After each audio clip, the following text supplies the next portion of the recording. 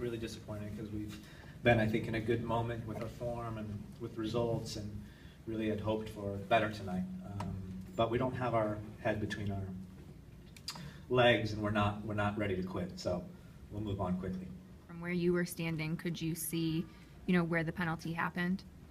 Yeah, we looked at it at halftime already. We had video and looked at it, and it was just outside the box. I think I explained it in one way, that I think that when you are a newer team in this league, I think that you go through times where you just don't get called. And I believe that a team like LA, with as much success as they've had, has a certain amount of respect. They tend to get calls. Certainly in their own building, they get a lot of calls.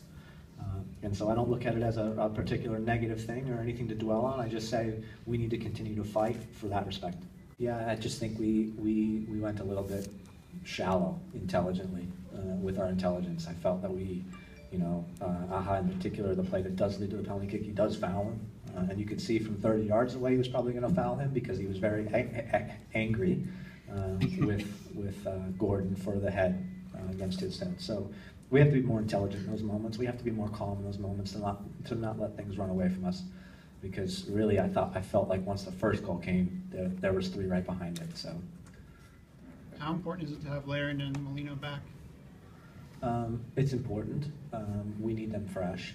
I felt that both of the players were a little fatigued tonight, and I think, you know, ultimately that decision to play those players lies somewhere between.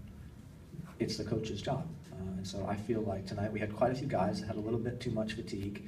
And so the coaching staff looks at ourselves first and foremost to say, could we have made some different selections? Could we have done some different things between the Montreal game and this game to have our players more fresh and ready for this match?